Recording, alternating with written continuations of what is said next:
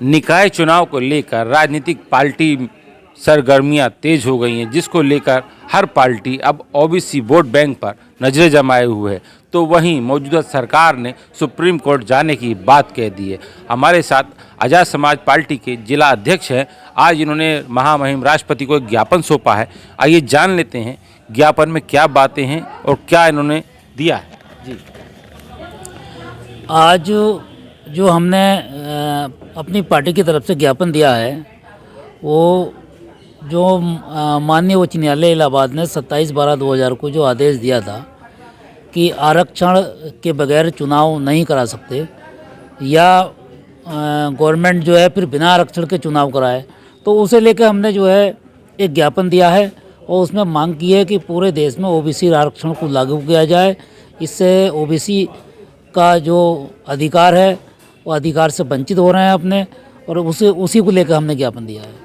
जब बात करें जिस तरीके से कोर्ट ने अब ये कह दिया कि इसको सामान्य के रूप में ये चुनाव कराए जाएं, और सरकार की क्या तैयारियां थी, क्योंकि सरकार ने ये भी कहा कि हमने पिछली बार भी ऐसी चुनाव कराया था, तो लगता है कि कहीं ना कहीं ओबीसी जो वोट बैंक है अब वो सरकार को गिरता हुआ दिख रहा है।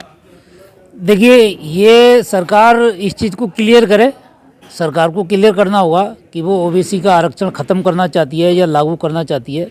अगर उन्हें नहीं करना तो सामने से आएँ और कहें कि हमें सामान्य पे चुनाव कराना है, हमें ओबीसी को आरक्षण नहीं देना है। तो ये गोलमोल रवैया जो है सरकार का, ये गोलमोल रवैया अपना हटाए और इस चीज़ को क्लियर करे वो।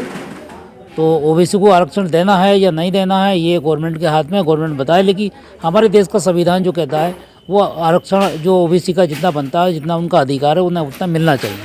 जब बात करें जिस तरीके से आरक्षण के लिए अब समाजवादी पार्टी का अखिलेश यादव भी मैदान में उतर आए हैं और बीजेपी के कई नेता मैदान में उतर आए हैं और वो भी ओबीसी आरक्षण की मांग कर रहे हैं, तो क्या इन पिछले 6 वर्षों में इन्होंने कभी इस बारे में सोचा नहीं कि आरक्षण आयोग बनाकर इसका आरक्षण देना चाहिए ओबीसी को? नहीं, ये इसमें पिछली सरकारें हैं उनकी थोड़ी कमियां तो रही हैं। उन्हें ये आयोग बनाना चाहिए था और आयोग बना के इन लोगों को जो इनका अधिकार है उस अधिकार इन्हें देना चाहिए था। आज वो उन कमियों की वजह से अपने अधिकारों से वंचित है। तो अब वो बीजेपी को तो है, बीजेपी तो केवल राजनीति करती है बैकवर्ड पे, और राजनीति के अलावा उसे दूसरा तो काम है नहीं। वो जितनी आज देखिए जितनी वैकेंसियाँ बैकवर्ड है या एससी की हैं सब खाली पड़ी हैं, कोई सब बैकलॉग उनका नहीं भरा जा रहा है।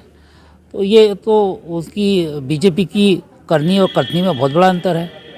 अच्छा, बात कर लेते हैं आज़ाद समाज पार्टी अब किस स्तर पर जाकर आरक्षण को बचाने की मुहिम चलाएगी?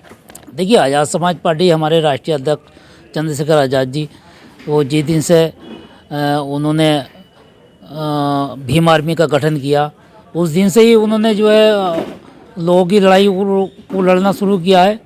पार्टी का गठन हुआ, अब पार्टी अपने हर जिले स्तर पे, प्रदेश स्तर पे, जहाँ जहाँ हमारा संगठन मजबूत है वहाँ लड़ाई लड़ रही है आरक्षण को लेकर, या वो एससी का हो या बैकवर्ड हो, या महिलाओं के साथ अत्याचार हो। तो हमारे राष्ट्रीय अध्यक्ष जी समय समय पे ये लड़ाई लड़ते रहते हैं। तो ये थे हमारे साथ आज़ाद समाज पार्टी के जिला अध्यक्ष, जिन्होंने कहा कि आरक्षण बचाने के लिए हमारे राष्ट्रीय अध्यक्ष समय समय पर लड़ते रहते हैं और हम प्रयास करेंगे कि ओबीसी का जो आरक्षण है वो बचा रहे। राजीव वर्मा, रामपुर।